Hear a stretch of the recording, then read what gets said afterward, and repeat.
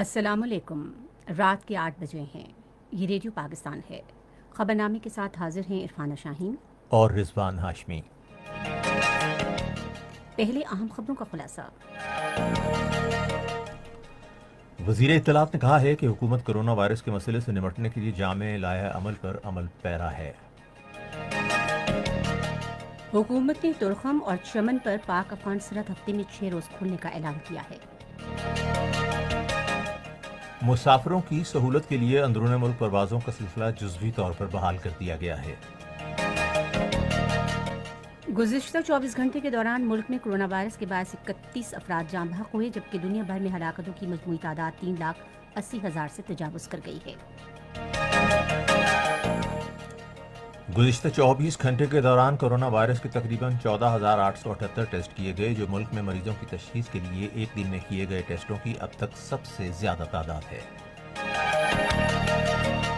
پنجاب اور خیبر پختونخوا کی حکومتوں نے پیر سے قواعد و ضوابط پر عمل درآمد یقینی بناتے ہوئے پبلک ٹرانسپورٹ بحال کرنے کا اعلان کیا ہے۔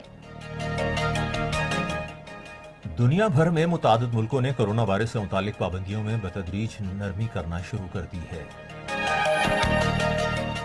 پاکستان نے بھارت کی بڑی فوج کے سربراہ کے حالیہ الزامات کو مسترد کرتے ہوئے مقبوضہ کشمیر میں بھارتی ریاستی دہشت گردی سے دنیا کی توجہ ہٹانے کی بھونڈی کوشش قرار دیا ہے۔ مقبوضہ کشمیر کے مختلف علاقوں میں بھارتی فوج نے محاصرے اور تلاشی کی پرتشدد کارروائیاں آج بھی جاری رکھیں، جس سے گزشتہ 9 ماہ سے فوجی محاصرے کا شکار کشمیریوں کی مشکلات مزید بڑھ گئیں۔ اردن کے فرمانروا نے اسرائیل کو خبردار کیا ہے کہ اگر اس نے مقبوضہ مغربی کنارے کے بڑے حصوں کے الحاق کے منصوبے پر پیش رفت کی تو اس کے ساتھ بڑا تنازع پیدا ہو جائے گا۔ خبریں تفصیل کے ساتھ۔ وزیر اطلاعات شبلی فراز نے کہا ہے کہ حکومت کرونا وائرس کے مسئلے سے نمٹنے کے لیے جامع لائحہ عمل پر عمل پیرا ہے۔ انہوں نے آج سپہر اسلام آباد میں ایک نیوز کانفرنس سے خطاب کرتے ہوئے کہا کہ حکومت نے معاشی بحران کے باوجود 12 کھرب روپے کے بڑے مالیاتی پیکج کا اعلان کیا ہے، جس پیکج کا مقصد کورونا سے متاثرہ معاشرے کے ہر طبقے کو مدد فراہم کرنا ہے۔ وزیر اطلاعات نے کہا کہ احساس پروگرام کے تحت مستحق خاندانوں میں 104 ارب روپے تقسیم کیے جا چکے ہیں۔ انہوں نے کہا کہ نقد امداد کے پروگرام پرشفاف اور مؤثر انداز میں عمل درآمد کیا جا رہا ہے۔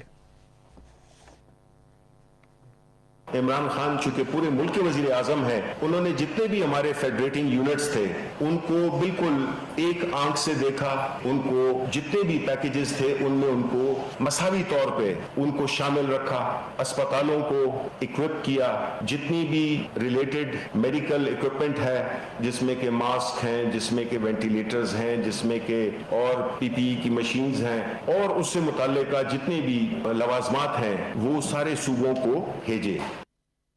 وزیر اطلاعات نے اس چیلنج سے نمٹنے کے لیے اتحاد کی ضرورت پر زور دیتے ہوئے افسوس ظاہر کیا کہ حزب اختلاف کی جماعتوں نے قومی اسمبلی میں مثبت تجاویز نہیں دیں۔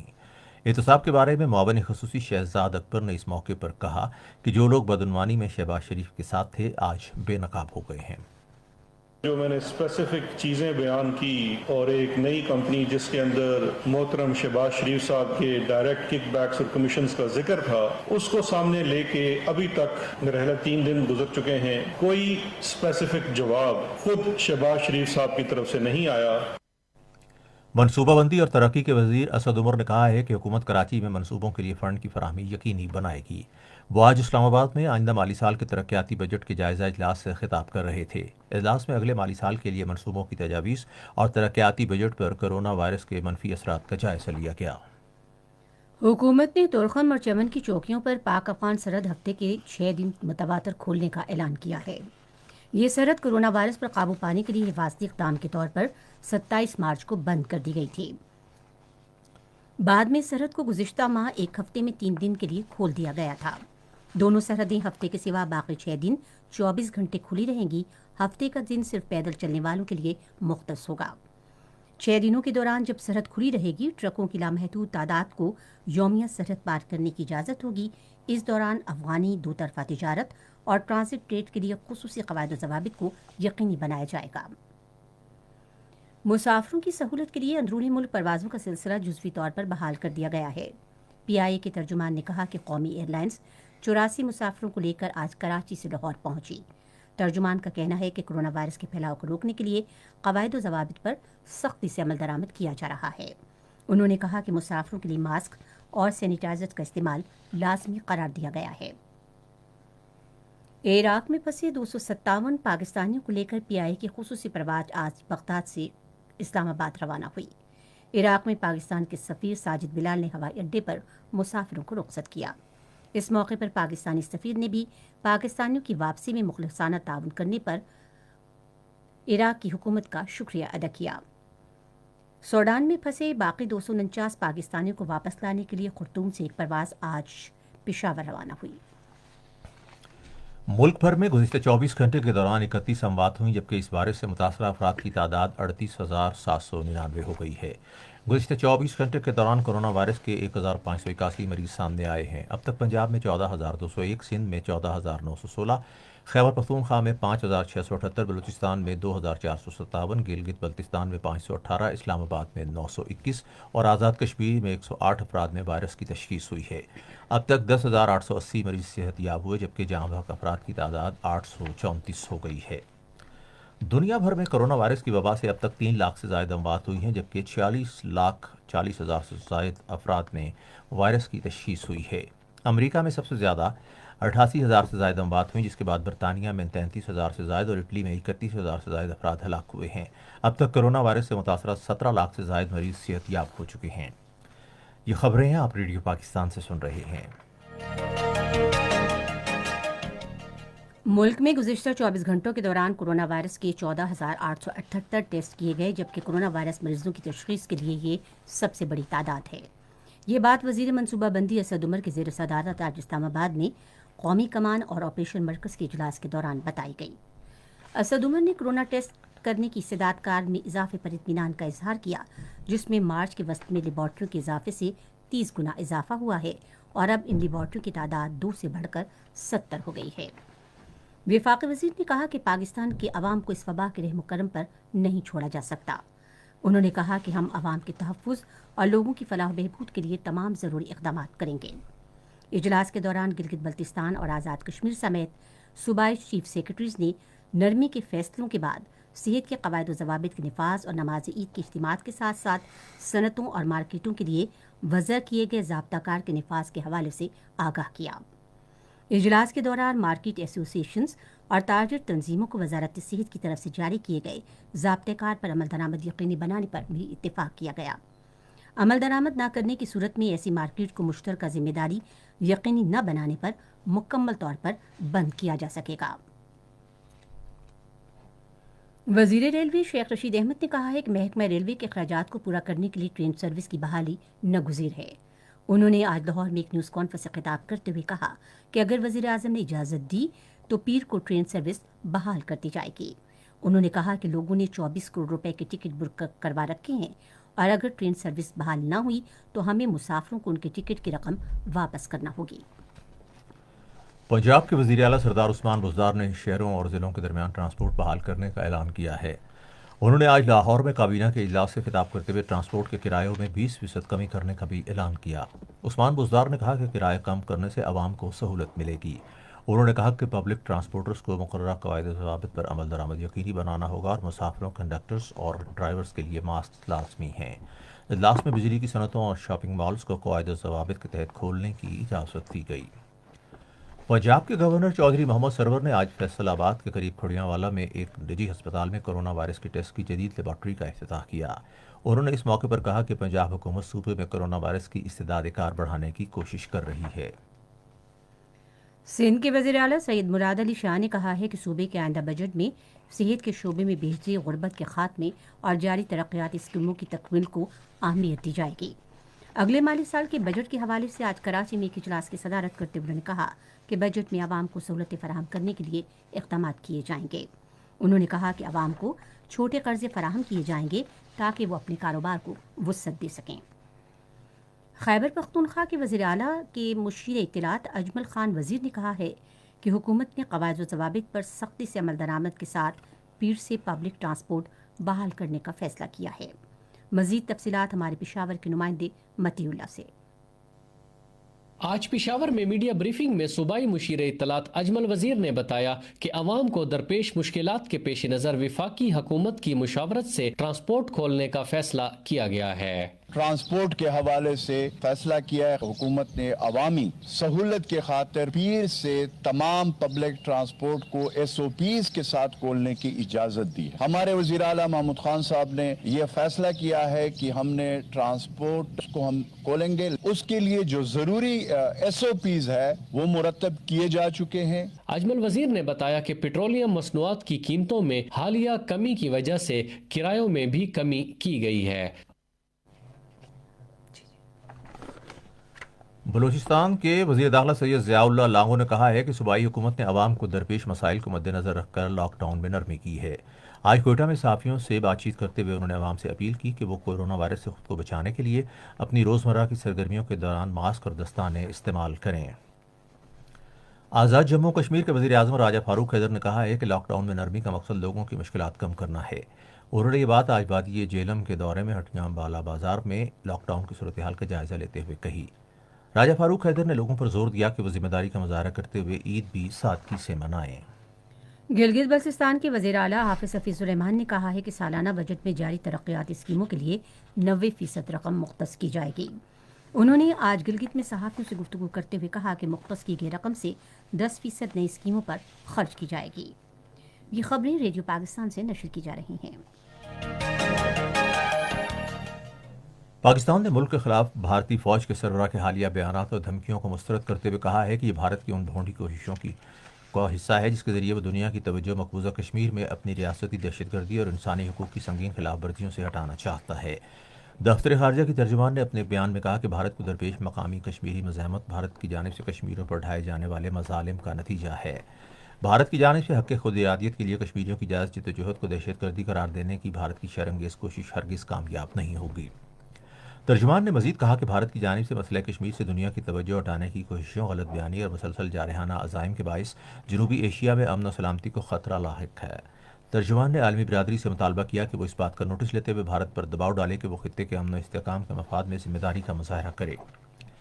آزاد جموں و کشمیر کے صدر سردار مسعود خان نے کہا ہے کہ یورپی پارلیمنٹ کی تحقیقی سروس کی رپورٹ میں مقبوضہ کشمیر میں بھارتی مظالم اور بھارتی مسلمانوں کے ساتھ بھارت کے بدترین امتیازی سلوک کو مؤثر طور پر اجاگر کیا گیا ہے۔ انہوں نے رپورٹ پر تبصرہ کرتے ہوئے کہا کہ مقبوضہ جموں و کشمیر متنازع علاقہ ہے اور اقوام متحدہ کی متفقہ قراردادوں کے مطابق اس کے مستقبل کا تعین ابھی تک نہیں کیا جا سکا۔ سردار مسعود خان نے کہا کہ عالمی برادری کو مقبوضہ کشمیر میں بھارت کے غیر قانونی اقدامات پر محض تشویش ظاہر کرنے کی بجائے گزشتہ 70 سے زائد برسوں سے اس تصفیہ طلب تنازع کے حل میں اپنا کردار ادا کرنا چاہیے۔ انہوں نے کہا کہ بھارتی وزیر اعظم نریندر مودی اور اسرائیل کی طرز پر مقبوضہ کشمیر میں آبادی کا تناسب تبدیل کرنے کی کوشش کر رہے ہیں، تاہم کشمیری عوام نے ان اقدامات کو مسترد کر دیا ہے۔ مقبوضہ کشمیر میں بھارتی فوجیوں کی طرف سے مختلف علاقوں میں محاصرہ اور تلاشی کی پرتشدد کارروائیاں جاری ہیں، جن کے باعث گزشتہ ماہ سے زیادہ عرصے سے مسلسل بھارتی محاصرے کا شکار کشمیریوں کی مشکلات مزید بڑھ گئی ہیں۔ کشمیر میڈیا سروس کے مطابق فوجیوں نے سری نگر، بڈگام، اسلام آباد، شوپیاں، ہندواڑہ، کپواڑہ، سوپور، بارامولہ، ڈوڈا، کشتواڑ، راجوری اور دیگر علاقوں میں اپنے آپریشن جاری رکھے۔ ان علاقوں کے رہائشیوں نے ذرائع ابلاغ کے نمائندوں کو بتایا کہ فوجیوں نے ان کی زندگی جہنم بنا رکھی ہے۔ انہوں نے کہا کہ فوجی ان کے گھروں میں داخل ہوتے ہیں، مکینوں کو ہراساں اور گھروں کی اشیاء کو توڑ پھوڑ کرتے ہیں۔ اسلامک پولیٹیکل پارٹی کے چیئرمین محمد یوسف نقاش نے سری نگر سے جاری ایک بیان میں کہا کہ بھارتی وزیر اعظم نریندر مودی نے کرونا وائرس کی آڑ میں بھارتی اور کشمیری مسلمانوں کے خلاف ایک خونی کھیل شروع کر رکھا ہے۔ کل جماعتی حریت کانفرنس کے رہنما مولوی شبیر احمد نے سری نگر سے جاری ایک بیان میں افسوس ظاہر کرتے ہوئے کہا کہ بھارتی فوجیوں نے کشمیریوں کی تحریک آزادی کو دبانے کے لیے مقبوضہ علاقے میں اپنے مظالم میں تیزی لائی ہے تاکہ وہ اپنے منصوبے میں کمی کامیاب نہیں ہوں گے۔ جموں و کشمیر ڈیموکریٹک فریڈم پارٹی نے اپنے بیان میں عالمی برادری سے اپیل کی ہے کہ وہ مقبوضہ کشمیر میں بھارتی ریاستی دہشت گردی کا نوٹس لے اور کشمیریوں کو ان کا ناقابل تنسیق حق خود ارادی دلانے کے لیے بھارت پر دباؤ ڈالے۔ ادھر برطانوی پارلیمنٹ کے رکن جارج کومنز نے لندن میں جاری ایک بیان میں مقبوضہ کشمیر میں انسانی حقوق کی خلاف ورزیوں پر سخت تشویش کا اظہار کیا ہے۔ انہوں نے کہا کہ برطانوی حکومت کو بھارت اور پاکستان کے درمیان ایک حقیقی مذاکراتی عمل کے ذریعے مسئلہ کشمیر کو حل کرانے کے لیے اپنا کردار ادا کرنا ہوگا۔ دنیا بھر کے مختلف ملکوں نے کرونا وائرس کی عالمگیر وبا کے باعث عائد کی گئی پابندیوں میں بتدریج نرمی کرنا شروع کر دی ہے، جبکہ انہیں اس وبا کے باعث مالی بحران کا بھی سامنا ہے۔ اٹلی کی حکومت نے ایک حکم نامے کی منظوری دی ہے جس سے ملک میں آنے اور بیرون ملک جانے کی اجازت ہوگی اور آئرلینڈ پیر سے منصوبہ بندی کے تحت اپنی معیشت کی بتدریج بحالی کا آغاز کرے گا۔ ماسکو میں انتظامیہ نے ہزاروں شہریوں کو ایک کرونا وائرس کے ٹیسٹ کرنا شروع کر دیے ہیں تاکہ اس بات کا اندازہ لگایا جا سکے کہ آیا شہر سے لاک ڈاؤن ختم کرنا محفوظ ہے یا نہیں۔ اٹلی میں حکومت نے آئندہ ماہ کی 3 تاریخ سے ملک سمیت دیگر شینجن ملکوں کے درمیان بلا ضرور سفر کرنے کی اجازت دینے کا فیصلہ کیا ہے۔ اس فیصلے کی منظوری وزراء کونسل نے دی ہے۔ یورپ میں کرونا وائرس کے باعث لاک ڈاؤن کے بعد اٹلی نے اپنی سرحدوں کو غیر ضروری سفر کے لیے بند کرنے کے باعث ہفتوں میں پابندیوں میں نرمی کا فیصلہ کیا ہے۔ بھارت میں صوبائی رہنماؤں، سرکردہ کاروباری شخصیات اور محنت کشوں کے نمائندوں نے وزیر اعظم نریندر مودی پر زور دیا ہے کہ کرونا وائرس کے باعث مارچ کے آخر سے لاک ڈاؤن کی وجہ سے بند معیشت کو دوبارہ کھولا جائے۔ اطلاعات کے مطابق بھارت میں آج کرونا وائرس کے مریضوں کی تعداد 85,940 ہو گئی ہے۔ ملک کے 1/3 مریضوں کا تعلق مہاراشٹرا سے ہے، جن میں ممبئی میں سب سے زیادہ تعداد میں افراد متاثر ہوئے، جس کے بعد تامل ناڈو، گجرات اور دلی کے عوام متاثر ہوئے ہیں۔ بھارت میں کورونا وائرس کے ملک گیر لاک ڈاؤن کے دوران 30 مہاجر محنت کش اپنے آبائی علاقوں کو واپس جاتے ہوئے ایک سڑک حادثے میں ہلاک ہو گئے۔ یہ وسطی اور شمالی حصوں میں ہونے والے تازہ ترین حادثات ہیں، جن میں 7 ہفتوں سے لگے لاک ڈاؤن سے متاثرہ اور بے روزگار ہونے والے لاکھوں محنت کش شکار ہوئے۔ روڈ اور ریل کے حادثات اور تکان سے بھی سینکڑوں افراد ہلاک ہوئے ہیں۔ اردن کے شاہ عبداللہ بن حسین نے اسرائیل کو خبردار کیا ہے کہ اگر اس نے مقبوضہ مغربی کنارے کے بارے بڑے حصے کے انضمام کے منصوبوں پر پیش رفت کی تو بڑے پیمانے پر تصادم ہو سکتا ہے۔ ایک انٹرویو میں انہوں نے اسرائیل کے منصوبوں پر سخت انتباہ جاری کرتے ہوئے کہا کہ اگر اسرائیل جولائی میں انضمام کا اختتام کرتا ہے تو خطے میں انتشار اور انتہا پسندی بڑھے گی، جس سے اس کا اردن کے ساتھ بڑا تنازع ہو سکتا ہے۔ ایران نے ایرانی نژاد فرانسیسی ماہر تعلیم فربی ایکڈینڈ کو قومی سلامتی کو نقصان پہنچانے کے الزامات میں 6 سال قید کی سزا سنائی ہے۔ فربی کو ایران کے خلاف پروپیگنڈا کرنے پر بھی 1 سال جیل کی سزا سنائی گئی ہے۔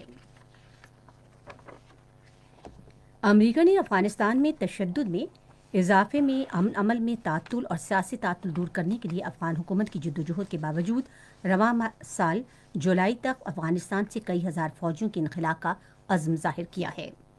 اطلاعات کے مطابق امریکہ 8,600 فوجیوں میں کمی کرے گا اور 6 فوجی اڈے ختم کر دے گا۔ ادھر امریکی سینٹ کی آرمڈ سروس رکن نے کہا ہے کہ امریکہ کو دہشت گرد گروپوں کو امریکہ پر حملے سے روکنے کے لیے افغانستان میں فوج اور خفیہ ایجنسیوں کی موجودگی کو برقرار رکھنا چاہیے۔ انہوں نے کہا کہ جنگ سے تباہ حال ملک سے امریکی فوج کے انخلاء سے جنگ ختم نہیں ہوگی، بلکہ اس سے صرف دہشت گردوں کو جیتنے کا موقع ملے گا۔ ریڈیو پاکستان، آپ سن رہے ہیں ریڈیو خبرنامہ، اور اب پیش ہیں کھیلوں کی خبریں۔